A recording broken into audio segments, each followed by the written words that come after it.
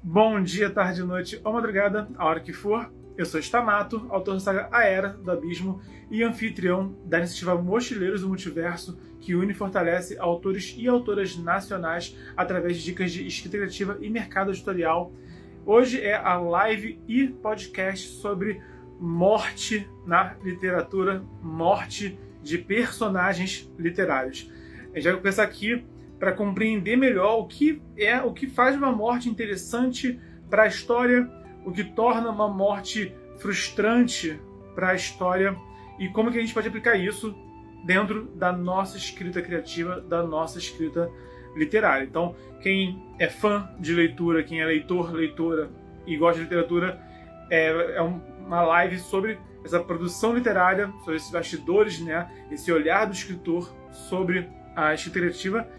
Quem também é escritor ou escritora, vamos falar aqui como que a gente pode usar, que é uma ferramenta, assim, mega comum, né? Que morte pode ter em qualquer gênero. Isso que é interessante, né? Qualquer gênero pode ter morte. Eu já li um livro infantil que era sobre morte, por exemplo, né? Que era uma historinha de uma avó e de uma netinha, se não me memória, e era uma história muito bonita que o propósito dela, né? Era sobre como as crianças podem ir aprendendo a lidar com a morte. É um assunto muito importante, sabe? Então, esse livro infantil sobre morte, eu li num curso que eu fiz. Eu fiz curso sobre escrita infanto-juvenil, já fiz curso de um monte de coisa já, né? E esse foi um dos livros que me fascinaram, que eu queria, sinceramente, ler para minha filha um dia, esse livro. Agora eu não lembro mais o título dele, mas enfim, se um dia encontrar com ele, eu vou com certeza ler, comprar e ler com minha filha. Então, começando o conteúdo, antes de mais nada, eu vou falar aqui alguns conceitos sobre morte na literatura e vou falar depois 3 formas diferentes de usar a morte. Então, antes de mais nada, o conceito é basicamente que morte é uma ferramenta narrativa. Morte é um elemento a ser usado dentro da história para enriquecer essa história. Se você leu a morte que ficou frustrante para você, pode ser porque aquela morte estava lá, você sentiu que a morte não tinha assim muito propósito, sabe? Então, por exemplo, quando a gente vê, é muito comum ter um casal de irmãos, né, uma dupla de irmãos ou irmãs, né, e chances altíssimas, né, de um deles morrer. É clichê já, sabe? Geralmente tem irmãos que são muito parecidos, né? Eles estão ali meio que cumprindo a função de um personagem só, um deles morre, a partir daí esse personagem que fica vivo passa a ser esse personagem que foi, de uma certa forma, entre aspas, aleijado, né? Porque ele tinha um membro da família ali junto, né? Que estava totalmente em sintonia e que perdeu, sabe? Então, é interessante esse arquétipo, mas como eu falei, se não for bem usado, fica só um clichêzão que a gente já viu assim. Isso acontece em Harry Potter, isso acontece em Walking Dead, sabe? Isso acontece em uma pencalhada de histórias. Então, a morte, ela é frustrante quando você sente isso, que ela não teve propósito, que ela não serviu de nada para a narrativa. Eu não sou a favor, tá, de que tudo tem que ter um propósito maior. Tem gente que fala que todo capítulo tem que mover a história, e eu discordo disso. Nem todo capítulo tem que mover a história. Eu acho que tudo que a gente produz, né, toda a história que a gente conta, todo fragmento de narrativa que a gente conta, tem que ou desenvolver ou se aprofundar em algo, né? Isso para mim é o que importa. Então, e esse algo pode ser personagens, cenário ou o enredo em si. Então, um capítulo que a história não avança, mas você conhece mais de um personagem, eu acho que é algo totalmente válido. E a morte entra nisso, tá? Quando você pensar em matar um personagem, é importante que você pense em matar ele de forma que seja interessante, tá? De forma interessante para a história, que ela sirva para algo na história. Isso que é mais importante. Então, morte é uma ferramenta narrativa. Mas o que a morte tem assim de interessante também é que ela não pode de forma alguma ser banalizada. Se tem morte demais, sabe, perde totalmente o impacto. Mortes tendem a ser impactantes para uma história, sabe? Então, quando eu já vi, teve um colega meu em um curso que eu fiz que a professora comentou com ele, né? Na história dele morria todo mundo, né? Morria. Assim, o cara perdia pai, mãe, perdia uma namorada e perdia um parente, depois perdia a nova namorada. E, tipo, todo mundo morria na jossa da história do cara. E a professora falou isso, perde impacto, sabe? Fica banaliza, fica sem força, sabe? E, assim, eu achei realmente esse excesso de mortes, pelo que ela debateu com o aluno, realmente não estava fazendo sentido, sabe? Se for ver, por exemplo, Game of Thrones, que mata muitos personagens. Se a gente for pensar, tiveram, assim, 3 mortes significativas no primeiro livro, né? O primeiro livro tem 3 mortes que realmente fazem toda a diferença. Que realmente, e se percebe, essas mortes influenciaram de forma muito poderosa o enredo, o cenário e os outros personagens ao redor deles. Os que ficam vivos são moldados, né, depois desse advento, né, dessa morte. Então, a primeira temporada e o primeiro livro do Game of Thrones, eu acho que é um dos melhores exemplos, assim, de como matar personagens, sinceramente. Coisa estranha de se falar, né? Um bom exemplo de como se matar personagens. Mas, enfim, vocês entenderam isso que importa. Então, acho que a morte não pode ser banalizada, tá? Não pode ter morte por morte, sabe? Acho que é importante a gente... um outro exemplo disso, né? Acho que uma franquia que eu diria que não é tão boa assim em matar personagens é Star Wars, sabe? Porque eu sinto, assim, que tem personagens que são importantes e morrem de uma maneira muito insatisfatória, sabe? E o Star Wars, de vez em quando, ele finge que mata, só que não matou, sabe? O que pode ser, assim, até frustrante pra quem tá assistindo o filme ou lendo o livro, sabe? Ou jogando o jogo, o que seja. Se você dá a emoção da morte e logo depois você manda um brinks, né, ó, pegadinha, sabe? Isso pode indignar o seu público, tá? Pode falar, pô, me fez de otário, né? Me fez de babaca. Eu fiquei aqui pensando que eu tinha me despedido de um personagem e ele tá vivo no fim das contas. Isso pode ser muito, muito, muito, muito frustrante, né? Enfim. Então, isso acho que são, assim, as noções básicas sobre morte na narrativa. O Gomes que Lucas comentou aqui. E todo mundo morreu. Acabou. Entendedores entenderão a referência. Suponho que você está falando, né, das Crônicas de Gelo e Fogo do Martin, né? Ele é bom nisso também. Quem é bom em matar também é o Leonel Caldela. O Leonel Caldela é um que é bom em matar. Eu acho que o Spor também tem mortes boas ao longo dos livros dele, né? Principalmente da trilogia Filhos do Éden, né? Mas o Caldela, eu acho que ele se destaca nisso. Ele realmente sabe matar personagens. Então, bons exemplos, né? Quem quer escrever mortes, né? Quem quer matar alguns personagens, recomendo Martin e recomendo Caldela. São os principais autores, assim, que eu sei que fazem bom uso desse instrumento narrativo, dessa ferramenta narrativa. Então, as 3 formas de usar a morte numa escrita, né, numa história. A primeira forma de você usar a morte de modo satisfatório para o seu público é quando a morte encerra um ciclo. Quando você percebe que aquele personagem que morre, ele cumpriu o objetivo, ele cumpriu a função dele, e então o arco da história dele foi encerrado de modo satisfatório. Um exemplo aqui, eu quero evitar dar spoiler, tá bom? Mas, sinceramente, eu vou falar aqui de Game of Thrones, tá? Então, se você não quer spoiler de Game of Thrones, recomendo que você tampe os ouvidos no momento. Mas, né, o livro é de 1996, né? E a série também já tem aqui uns 10 anos já, né? Da primeira temporada. Então, né? Já deu tempo já de quem queria assistir já tivesse assistido. Eu tenho sobre spoiler, né? A minha política de spoiler depois de 10 anos que a história foi publicada, tá liberado spoiler, né? Acho que ficar segurando spoiler de uma história de mais de 10 anos, eu acho, né? Tipo, poxa, amiguinho, já tem mais de 10 anos essa história aí, né? Você não leu, não assistiu, não jogou porque eu não quis, né? Então também acho exagero ficar fugindo de spoiler de mais de 10 anos. Se você quer Se você não quer o spoiler e tem interesse na história, vai lá e pega a história e consome ela, né? Tá sério, né? Enfim, uma morte que encerra um ciclo no Game of Thrones é a do Robert Baratheon. Eu sinto que o Game of Thrones, a primeira temporada, o primeiro livro, né? As mortes, elas já tinham que acontecer desde o início, sabe? Eu não acho que foi nada do tipo, o Martin estava escrevendo e decidiu naquele momento matar de forma improvisada. Eu acho que ele realmente criou esses personagens para que eles morressem, sinceramente. Então, no caso do rei Robert Baratheon, cara, ele não queria ser rei, sabe? Ele era aquela figura, assim, inconveniente, sabe? Ele estava afundando o reino, né? Ele é inconveniente com... Ele tem uma boa relação com o Ned Stark, né?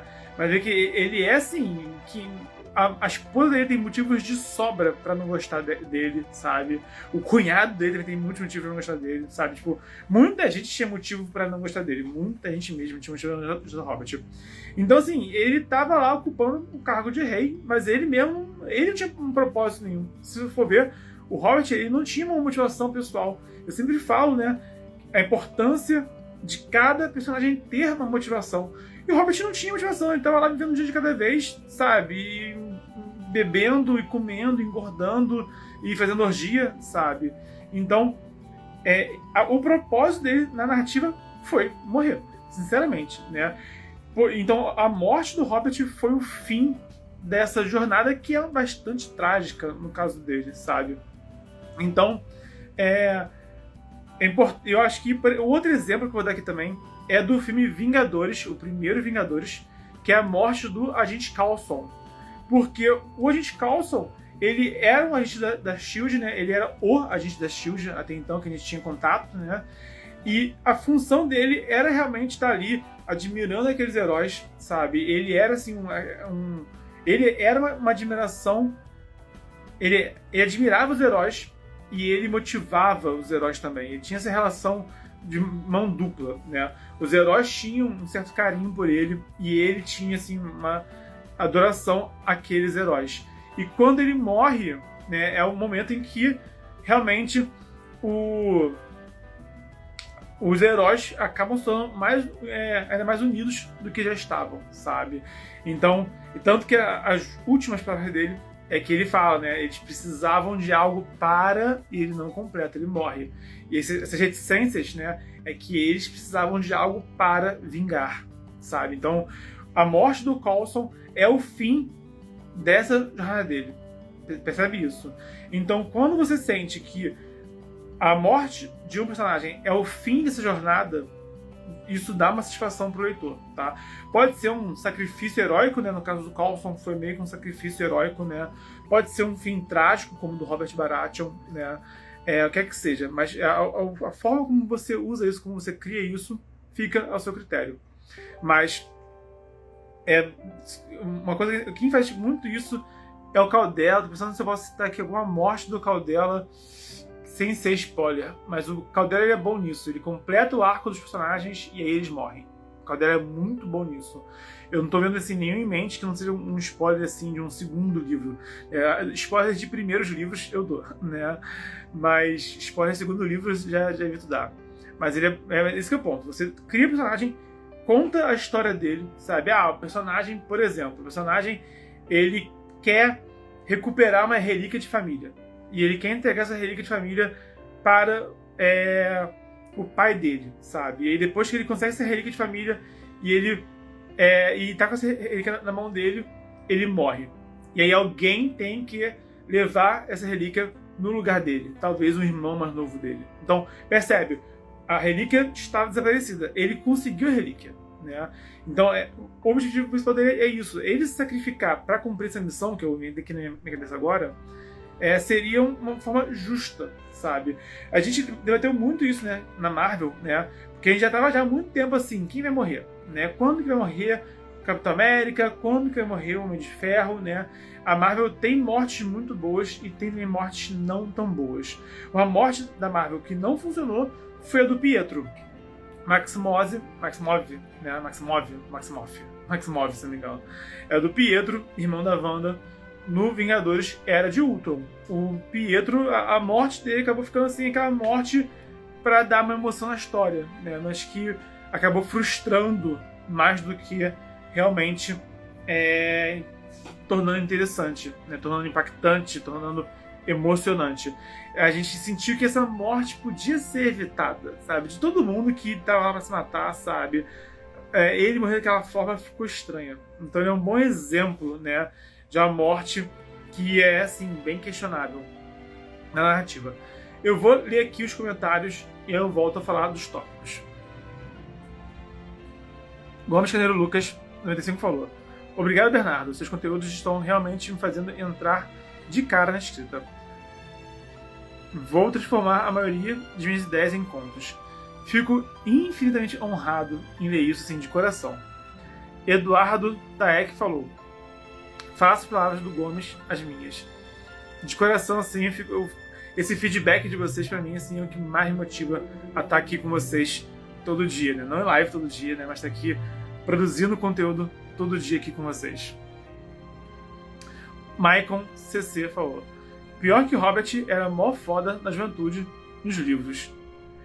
O Michael, esse que é o ponto trágico dele. Ele é um herói, mas o objetivo dele, esse que é o ponto. A motivação dele, o objetivo dele era a Lyanna Stark. Então ele teve um final trágico, sabe? Desde o ponto em que ele não podia mais ter a Lyanna Stark, ele não tinha mais pra onde ir, sabe? Esse é o ponto que marca assim a tragédia que ele é, né? Daí pra frente. Então ele estava realmente só esperando morrer, né? Ele nunca quis ser rei, ele nunca quis nada daquilo, sabe? Então ele é bem trágico nesse sentido. Tamires Cristales falou aqui: Robert serviu para tirar as Targaryens, depois disso acabou. Exato, né? E ele nem, assim, percebe, ele nem queria tirar os Targaryen, ele queria a Lyanna, né? Ele não teve escolha a não ser enfrentar os Targaryen. Mas a motivação real dele era a Lyanna. Se os Targaryen chegassem e falassem: tá aqui a Lyanna pra você, tá devolvida, né? Paz agora? Possivelmente o Robert faria paz. Possivelmente ele iria optar, talvez até o Stark, os Tully, os Arryn iriam lá conversar com ele: realmente, né, não precisamos de mais guerra, sabe? Talvez, né? Então, é importante compreender isso. A motivação dele era a Lyanna Stark. Michael: ele serviu para levar o Ned para Kingsland e eventualmente começar os eventos da série. Eu vou falar mais disso daqui a pouquinho, né? Bizarreiro falou: isso aí, depois disso ele já podia morrer. Ele podia ter morrido há muito tempo já, né? Ele é um que podia, assim, sinceramente, sim. Por ele, se ele tivesse morrido antes, ele não teria feito questão, sabe? A pessoa que eu atenderia que ia fazer questão de viver. Então é realmente só sendo um beberrão mesmo, o livro inteiro, no caso, né?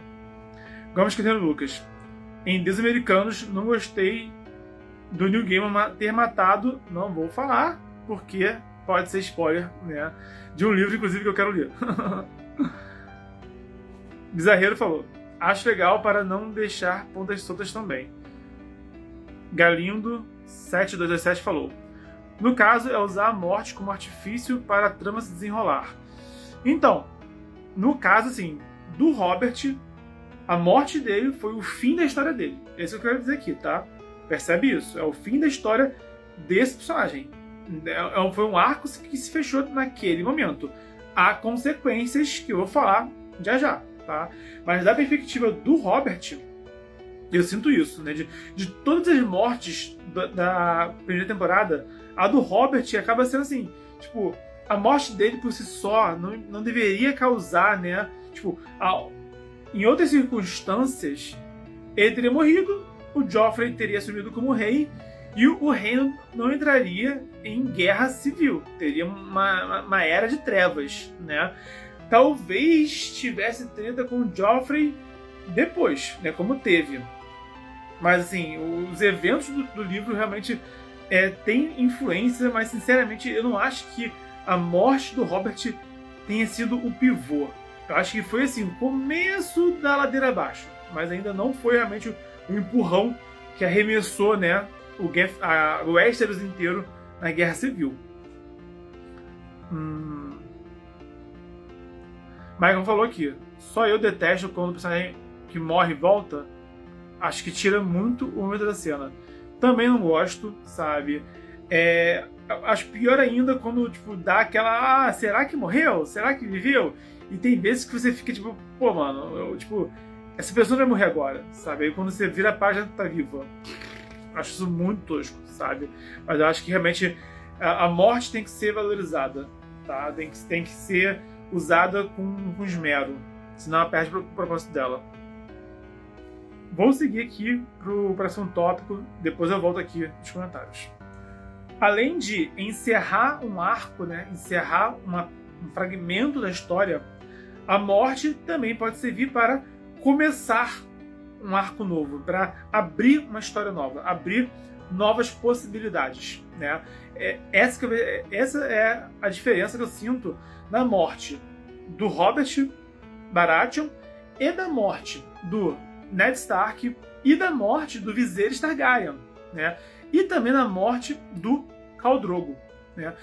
Você percebe que, por exemplo, o Viserys e o Khal Drogo, eles tinham objetivos pessoais que não foram completados.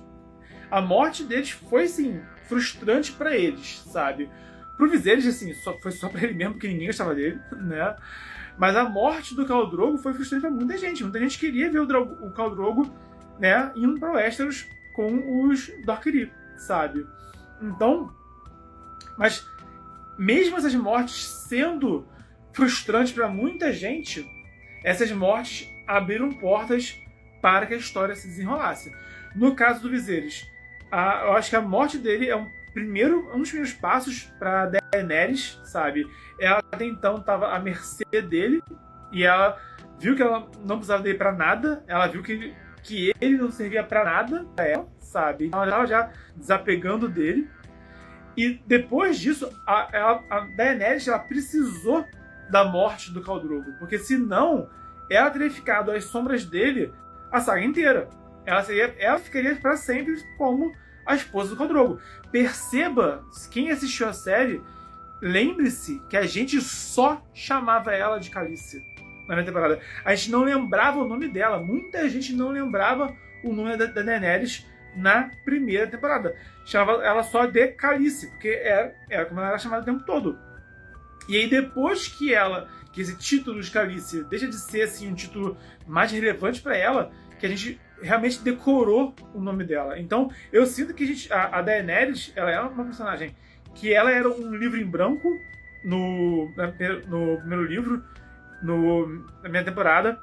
Ela era um livro que o irmão dela estava escrevendo, depois que o Khal Drogo passou a escrever.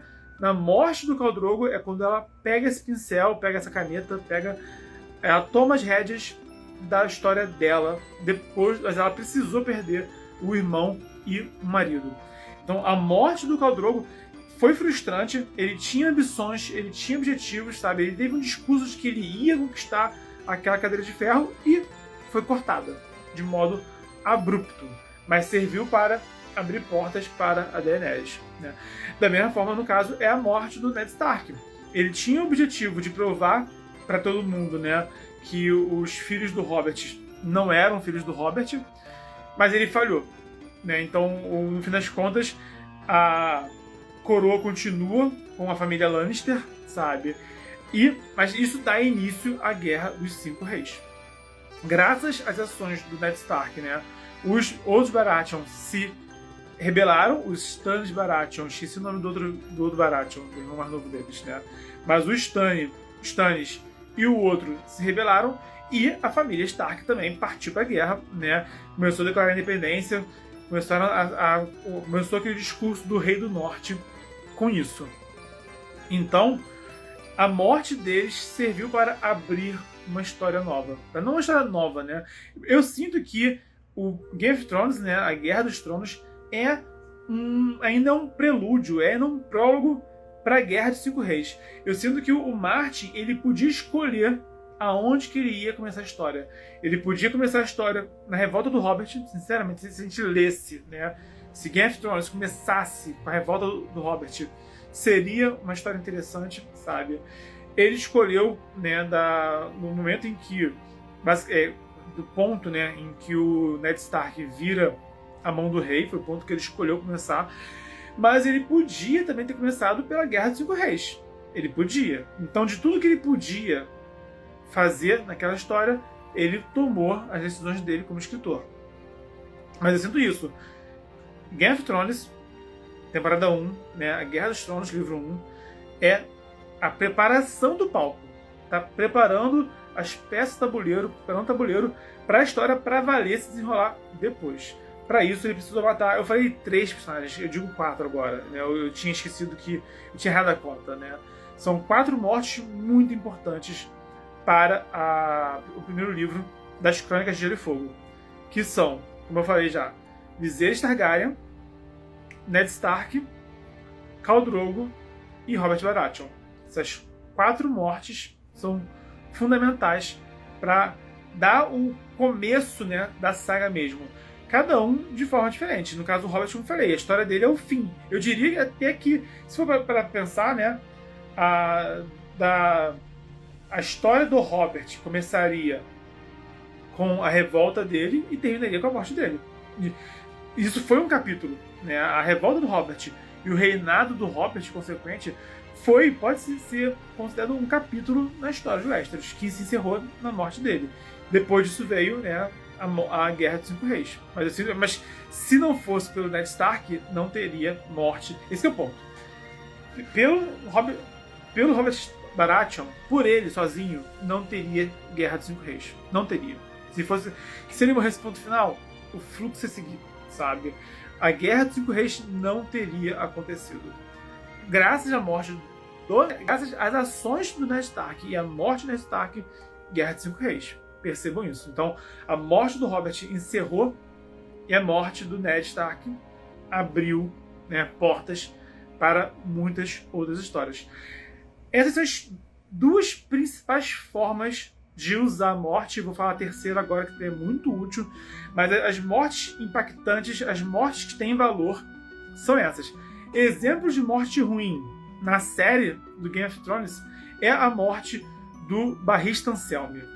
O Barristan Selmy era um personagem que ele tinha muito a oferecer, ele cumpriu um papel muito importante, ele era, assim, uma figura de sabedoria, ele era uma figura, assim, que, no caso dos livros, né, ele como é um idoso, né, ele conta, assim, as histórias do passado, ele conta, tipo, ele chega uma fortaleza, ele fala, essa foi a fortaleza que teve tal batalha, de tal guerra, foi muito importante, aqui morreu tais pessoas, sabe?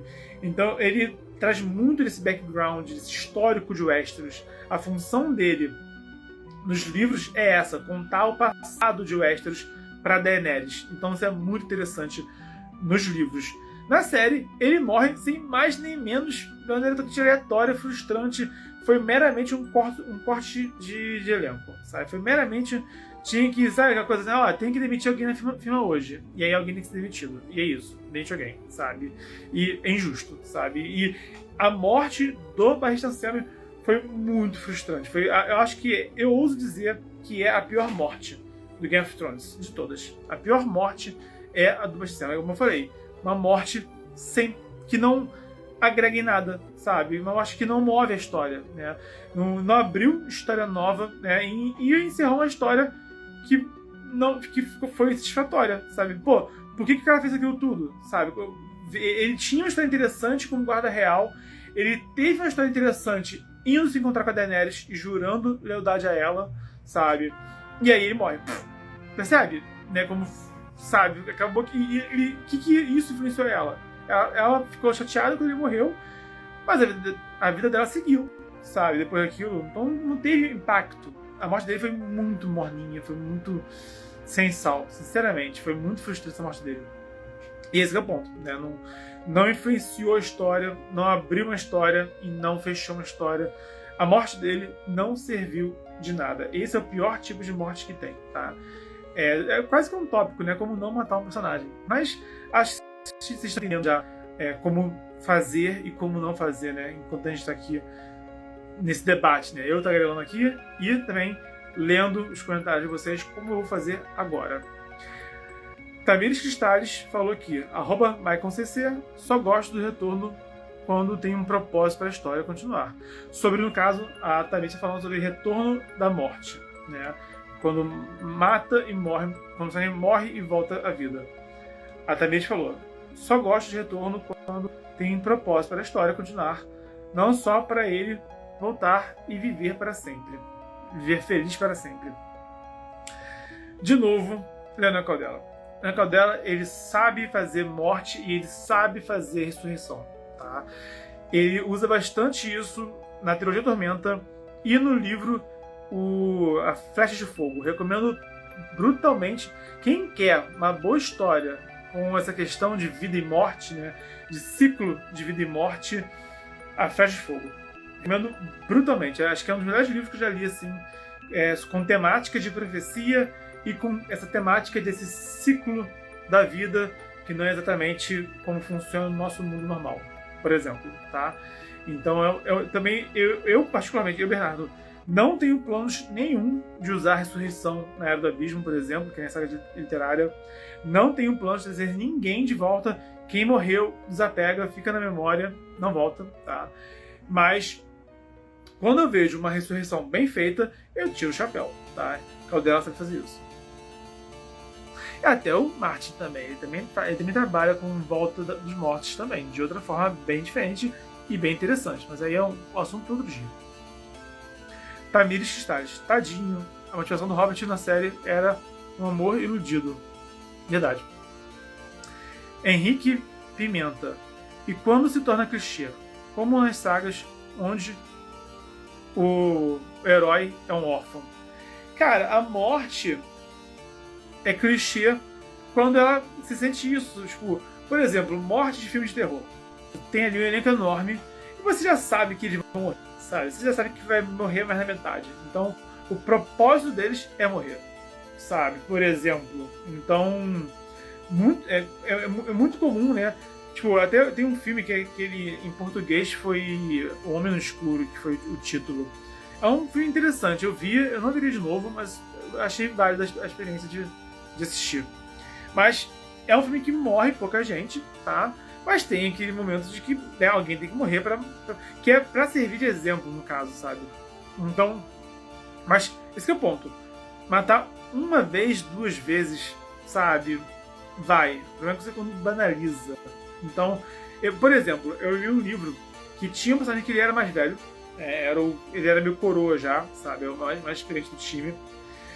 E ninguém tinha morrido. E é um livro de aventura. E aí ele tem uma conversa com o herói do tipo, se a gente não voltar vivo dessa, quero que você saiba. Eu olhei e falei, ih, vai morrer. Sabe? Então, esse que é o ponto. Às vezes a morte fica na cara, sabe? Às vezes a gente começa a ler o livro, a gente já vai manjando já os arquétipos, entende? Tipo, a gente já vai... Esse escritor vai matar, né? E eu, considerando aqui esses personagens, eu acho que os candidatos a morrer são esses daqui. Então, esse cara, eu manjei que ele ia morrer, né? Principalmente nesse diálogo. Então, quando ele morreu, eu não senti impacto nenhum, particularmente. Aí, no caso, foi mais a forma como ele morreu do que outra coisa. Também aconteceu já, tipo, quando o elenco cresce muito rápido, né? Teve um elenco que entrou, era quadrigêmeos ou era trigêmeos, né? Algo do tipo. E aí, só que eles entraram assim, no final da história, sabe? E aí eu falei, ih, vai morrer. Certo, vai morrer. E aí, dito e feito, sobrou um vivo só, de todos eles. Só que assim, de novo, né? Acho que matar gêmea é clichê, sabe? A questão é você olhar, né, as muitas mortes que tem na narrativa e ver, né? Quais que você já tá manjando já, né? Como eu falei no começo, né? Morte de irmãos é mega clichê, sabe? Então, enfim, a questão, acho que do clichê é isso, E se você cria um personagem pra que ele morra, sabe? Como geralmente é um irmão, sabe? Como foi o caso que eu falei, sabe? Desse livro que o coroa do time, o cara mais velho, né? O mais experiente morreu, tinha um bando de gêmeo que morreu.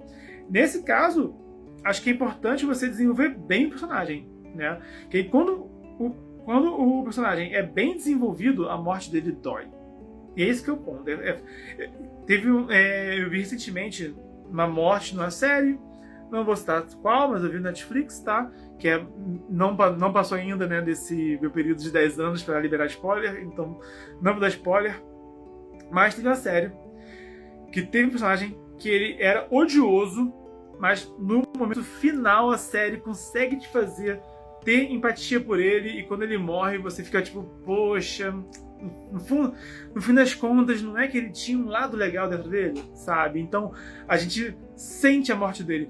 Eu acho que ele não faz falta, porque ele foi intragável na maior parte do tempo, mas a morte dele foi muito interessante, foi bem mais interessante, porque deu, né, essa empatia por ele no final, sabe? Então, a questão é essa. É realmente dar conteúdo pro seu público se apegar ao personagem, sabe? Pra sentir que essa morte vale a pena. Quando é uma morte muito óbvia, sabe? E com um personagem que ele tá meio assim na cara que quer morrer, aí que é realmente muito frustrante. Gabriel Stephanie falou aqui: acha interessante fingir que é clichê para depois ir na contramão? Eu acho. Acho ótimo, sabe? Tem que saber fazer, mas acho ótimo. Gomes Carneiro Lucas: Bernardo, você gostou do expor ter... não vou falar porque é spoiler, tá? Mas... sim, eu achei legal, tá? O Gomes Carneiro Lucas, eu não vou falar mais alto para não dar spoiler, tá? Quem quiser ler aqui até ela ler, né? Quem tá ouvindo só esse conteúdo não pode ler. Mas é basicamente alguém que pareceu que morreu e depois voltou para a história. Nesse caso, sim, eu gostei bastante, tá? Mas é porque, no caso, né, desse livro do Expor, morrem outros personagens. Então, o valor da morte continua lá. Esse que é o ponto, sabe? Era uma história de ação, pessoas tinham que morrer e pessoas morreram. Então, esse papel, esse objetivo narrativo, né, foi cumprido. Mas de todo mundo que morreu, esse que é o ponto. Porque também matar todo mundo meio fica exagero, sabe? E aí acabou que fez sentido, justamente o cara que tinha alguma aptidão para sobreviver, no fim das contas, sobreviveu, sabe? Fez sentido e enriqueceu a história. Esse que é mais ponto, enriquecer a história. O que quebra é fingir que matar, e aí não matou, de modo que não enriqueça a história, sabe? Sinceramente. Então, essa é a questão. Tem vezes que a gente sente isso, sabe? Que tem membro do elenco que tá lá sobrando no elenco, tá lá, sabe? Fazendo volume no elenco e ele não morre. Aí que eu fico mais bolado, sabe? Henrique Pimenta falou aqui: ainda tem a morte da antiga Mão do Rei, do Game of Thrones, que inicia a merda toda. Sim, mas no caso a gente não vê essa morte acontecendo. Ela não é narrada. Ela faz parte do histórico da narrativa. Então, ele já começa morto, né, na história. Então, é isso que eu não... Assim, dentro da visão geral, né, da história, do que aconteceu, sim, né, a treta começa, sabe? Eu diria o seguinte: o Westeros sai da inércia com a morte do Jon Arryn. É quando sai da inércia. Mas a história que o Martin contou e que a gente leu já foi depois disso já, sabe? Então, meu foco aqui é falar como que a gente pode, porque é muito diferente você falar, olha, morreu alguém, sabe? E bola pra frente, né? E aí começar a contar a história. É muito diferente de você narrar essa morte. O foco aqui é a morte que é narrada ao longo da narrativa, não que já começa e tava morto. Porque se for parar pra pensar assim, também a morte dos Targaryen todos também foi influente pra caramba na história, por exemplo, né? Até pra Daenerys, sabe? Se não fosse a morte dos Targaryen, Daenerys não teria toda a história dela, por exemplo. Então, se começar a falar aqui de cada morte que veio antes do livro e que foi relevante, pô, tem uma porrada de morte, né? Teve uma guerra do Hobbit antes disso. Mas sim, são mortes importantes. Joel Petrucci falou aqui embaixo: a morte é essencial para desenvolver a história? Não. Tem boas histórias sem mortes, tá? Deixa eu pensar aqui. Pensando aqui numa história sem morte. Deixa eu olhar aqui ao meu redor, né? sinceramente, não tá me vindo nenhuma em mente agora de uma boa história que não tenha morte em momento algum. Olha, aqui na minha estante eu olhei. Os Pratinhos de Carvão não tem, assim... É um livro que tem poucos personagens que são relevantes, né? Eu citaria, assim, uma meia dúzia no máximo, que de fato são importantes para a história, realmente. E dessa meia dúzia, assim, tem pouquíssima morte. E quando tem morte, acaba sendo... Assim, não é aquela morte de um dos heróis, sabe? Então as mortes de Kurgala, né? Do Afonso Solano, do Adapak, de Pratinhos de Carvão, são mortes que fazem parte da história, mas não tá realmente... Não é assim, alguém de peso. Não é aquele personagem que você se apegou, que você torceu, que te surpreendeu demais também, sabe? Então é mais mortes de secundários e não de protagonistas. Por isso que eu não conto muito. Mas é um exemplo, assim. É uma história que tem relativamente pouca morte e é bem interessante. O Espadachim de Carvão, do Afonso Solano. Então não é obrigatório. Mas que entre nós, né? É mais legal. Um livro que eu tava lendo e que não teve assim, morte relevante também nesse escalão foi o Witcher. Eu li o Witcher 1 e 2, né? Os dois primeiros livros. E assim, os principais, ao meu ver, são o Geralt, a Yennefer e o Jaskier. São os principais, né? Depois aquela menina, né? A princesa Ciri, ela passa a ser importante, mas nesses livros ela ainda não aparece assim, em peso. Eu acho que ela aparece só no final só. E pequenininha também. Então, assim, você vê, o Witcher tem muita história, tem muita morte, mas não é assim, não é o membro do elenco que tá acompanhando a história e morre. Então é outros 500, tá? Então, por isso eu vou falar agora da terceira forma, que é bem interessante, de matar um personagem, que é... Eu já falei um pouquinho já, vou falar em detalhes. Também é muito útil matar um personagem para servir de exemplo. Eu falei um pouquinho disso já, mas vamos me mostrar aqui. É importante matar um personagem, tá? De uma maneira que te ajude a ambientar a sua história, te ajude a ambientar o mundo que você está apresentando, tá? E trazer, assim, realmente esse feeling que acaba assim... Esse que é o ponto. Tem que ser um personagem que ele não é, assim, tão importante. Talvez que tenha potencial para ser importante, mas que acaba servindo para morrer, no fim das contas. No caso do Game of Thrones, eu citaria a morte dos desertores da Patrulha da Noite do começo da história, lá do começo do livro, né? E do começo da série. Que o prólogo da série e da saga é aquela Patrulha da Noite encontrando os White Walkers, né? Morrem, e aí tem um desertor. Tem um cara que viu e fugiu. E aí, pela lei, né? Desertor da Patrulha da Noite tem que morrer. Aí vai lá no Stark, né, e executa ele. Percebe que essa morte, ela serve de exemplo pra narrativa. É um cara que ele não é importante, e ele acaba, assim, informando quem é o Ned Stark, informa qual é a cultura de Winterfell, né, informa como que é a lei do mundo, informa como as pessoas são supersticiosas, pelo contrário, elas são céticas, né, porque... elas não acreditam. Acham que o cara enlouqueceu, que o cara fugiu e tá contando história para boi dormir. Então o povo não bota fé no que ele tá falando. Essa morte do Game of Thrones serve de exemplo. Serve para mostrar, olha, é assim que esse mundo funciona. Ponto. O Leão Cadela tem uma morte no comecinho do livro dele, né? Mas essa primeira morte, o que é interessante é o seguinte, a gente tá ainda conhecendo os personagens, tá vendo quem é quem, tá começando a se pegar por um ou outro, e aí vem uma morte. E aí, de novo, essa morte, ela informa pro leitor. Ok, nesse livro, pessoas morrem. Nesse livro, os riscos são reais. Não é uma história de heróis imortais, heróis escolhidos e tão protegidos pelos deuses. Não. É uma história em que eles sangram, eles podem morrer. Quando o Caldela começa a ameaçar de matar um personagem, você leva a sério. Você sabe que ele pode sim matar alguém a qualquer momento. Então isso é bem importante. Então, essa primeira morte do Leão Caldela serve de exemplo. É assim que conta a história. Eu comecei a te dar aqui um gostinho de quem era essa pessoa, você começou a gostar e, ó, puxa, morreu, né? O Caldela, ele mata muito, ele mata bastante no outro livro que eu falei, Flecha de Fogo.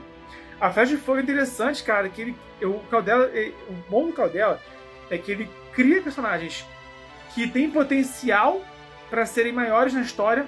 Você quer ler mais deles, você quer conhecer eles mais a fundo, e ele vai lá e mata eles, né? Desgraçado. Mas você fica com amor e ódio ao mesmo tempo. Mas essas mortes, muitas das mortes do Caldela, servem para isso, para servir de exemplo para o mundo e para a narrativa dele. O que eu, sinceramente, me inspirei também. A primeira morte da Era do Abismo, o Torneio dos Campeões, é isso. Eu já criei pensando em matar, tá? É uma pessoa que eu criei já sabendo que ia morrer, tá? E eu também informei. Quem se descuida não sobrevive. Quem é um mundo perigoso, é um mundo hostil, é um mundo que pode sim matar a qualquer momento. Eu acho que é curioso que todo mundo que comenta dessa morte, o comentário é, cara, eu li 2 vezes o parágrafo, que eu não digeri, sabe? Eu li e fiquei tipo, o quê? Aconteceu mesmo isso? Aí voltou e leu de novo, tipo, sim, aconteceu. Então, fico feliz, né? A morte que funcionou, cumpriu o seu propósito, no fim das contas. A diferença, por exemplo, numa morte dessas, na morte do Barrista Anselme, é que o Barrista Anselme, como eu falei, ele já vinha no primeiro livro, ele já tinha um propósito, já tinha histórico, ele tinha potencial, e ele foi morto por pessoas aleatórias, pessoas que não tinham assim, importância nenhuma. Então a morte dele foi muito desimportante, foi muito assim, fraca, sabe? Muito inconsequente até, sabe? E eram uns sintomas de que aqueles roteiristas eram muito fracos, a verdade é essa. Os showrunners eram bem fracos, né? Então, pode ver, Game of Thrones, quando eles são fiéis ao livro, é irado. Quando eles se afastam do livro, eles fazem besteira. Pode ver de novo a série e pode rever. Sempre que se desviaram do livro, era pra pior. Mas enfim. Mas eu acho que é bem válido, bem importante. Se você quer contar uma história, principalmente de ação, de terror, talvez sci-fi, sabe? Ter essa morte pra servir de exemplo é bacana. O que eu recomendo é, cria alguém que tem potencial para ser algo a mais, e aí mata, para ser de exemplo. Assim que é legal fazer isso. Então, vou aqui ler os comentários e vou aqui dar um resumão, né, de como aplicar cada uma delas de forma interessante para a sua história. Joel Petrucci falou aqui. Tem uma forma de matar algum personagem para desenvolver o personagem principal? Sim, sabe? De várias formas. Pode ser alguém com quem ele tinha relação, né? E aí essa morte influencia ele de um nível pessoal. Pode ser também uma morte que leve ele a tomar consciência, sabe? Vamos supor, ele vai pra guerra e ele tá ainda travado, a ficha não caiu que ele tá na guerra, e quando alguém que tá do lado dele morre, ele, meu Deus, eu posso ser o próximo, sabe? Então, seria uma maneira assim, a morte vai servir de exemplo, sabe? Então, pensa nisso, pensa quais são os efeitos, quais são as consequências dessa morte pro personagem principal.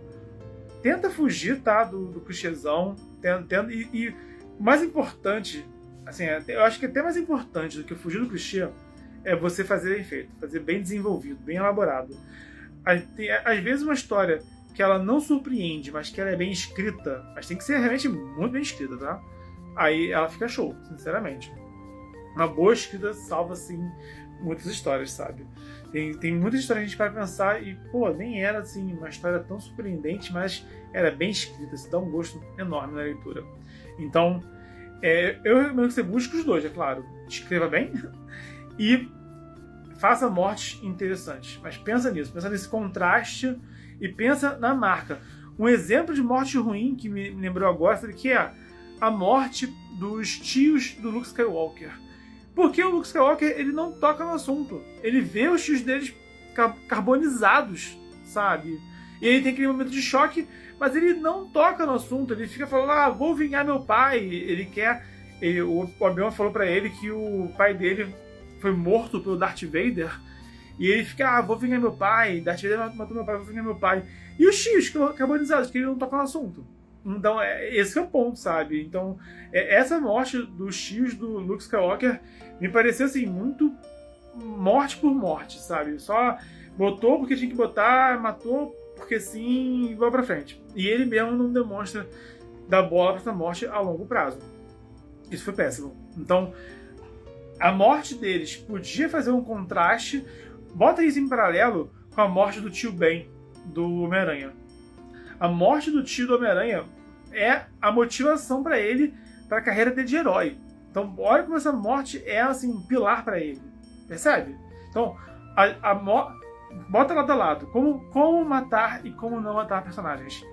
Bota de um lado a morte dos tios do Luke Skywalker e bota do outro lado a morte do tio Ben do Peter Parker. Tá aí um excelente exemplo, sabe? De como não fazer e de como fazer. E de como desenvolver ou não o personagem com base nessa morte. Gabriel Stephanie falou aqui. Onde passar uns exemplos de morte... pode passar um exemplo de morte do mentor pro crescimento do protagonista? Tio Ben. Acabei de falar do tio Ben do Homem-Aranha. Eu acho que o melhor exemplo... não está me vindo mais nenhum na cabeça agora. Eu lembro de Game of Thrones... Não, desculpa. Game of Thrones tem o mestre de esgrima aquela dançarina da água, né? O mestre da Arya Stark, né? Aquele tutor da Arya Stark, ele assume o papel de mentor para ela, e a morte dele eu acho que é interessante, tem uma reverbera nela, sabe, de modo interessante. Então é um bom exemplo.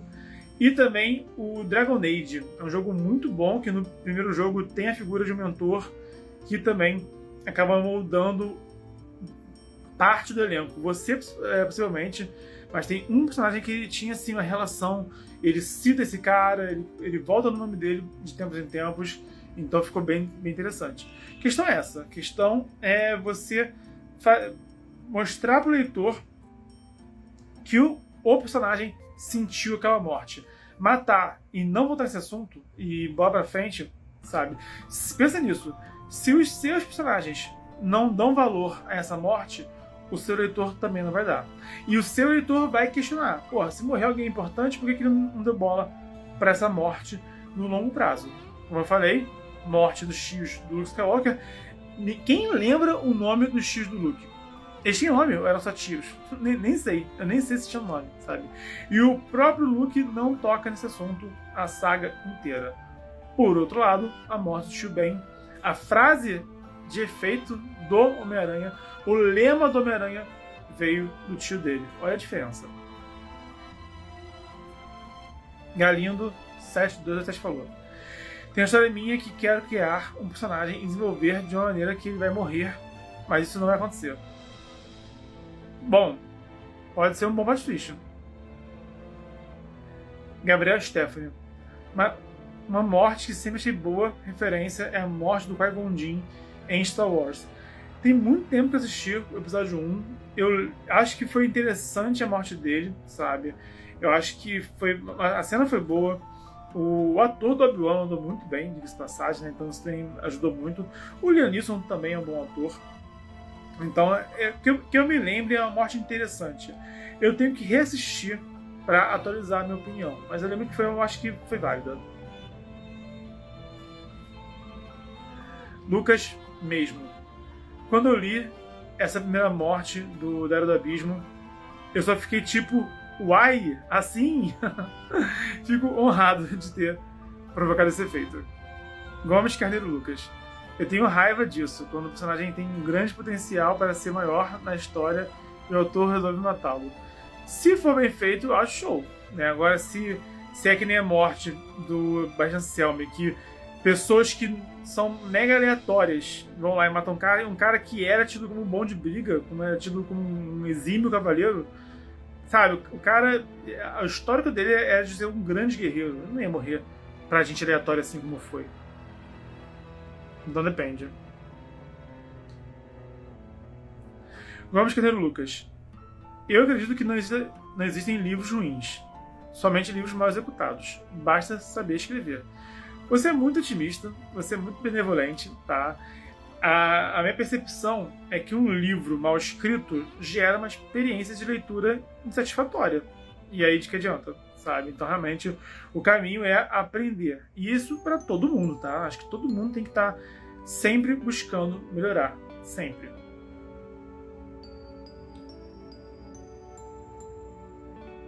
Henrique Pimenta 25. Tios morrem, aí o Luke pensa, agora posso virar piloto. Essa é a sensação que nos deu, né? Que é entre nós. Lucas mesmo. Escrita ruim mata histórias potencialmente boas. E uma boa escrita salva histórias potencialmente ruins. Talvez um exagero. Mas uma das primeiras coisas que me chama atenção em um livro é a escrita. Eu concordo com você. Mas, sinceramente, é mais provável... Então, eu acho que música... eu acho que escrita tem alguns paralelos com a música. Você pode ouvir uma banda não tão boa assim e curtir, sabe? Às vezes a banda não precisa ser... Nem toda banda precisa ser o Queen, sabe? Nem toda banda precisa ser o Rolling Stones. Uma banda que é boa, ponto final, pode agradar. Eu tenho muitos músicos assim que eu adoro, sabe? E que eu reconheço que não são assim excelentes, mas eu gosto. Então eu acho que a escrita tem que ser boa, né? Tem que ser no mínimo boa. A sua escrita ficando boa, com estudo, com prática, aí, meu querido, é bola pra frente. Então, existe escrita ruim, devemos evitar, sabe? Devemos praticar. Quem for excelente, maravilhoso, épico, show. Quem for bom, show também, sabe? Pensa nisso. E, sinceramente, eu já li livros que não eram assim tão bem escritos e eu me diverti lendo. Então, isso que importa. Joel Petrucci. Já leu Cemitério de Dragões? Sim, gosto bastante. Selma Peri. Prefiro a morte como punição para personagem mau, do que transformá-lo em bonzinho. Pra mim tem que ser ruim até morrer.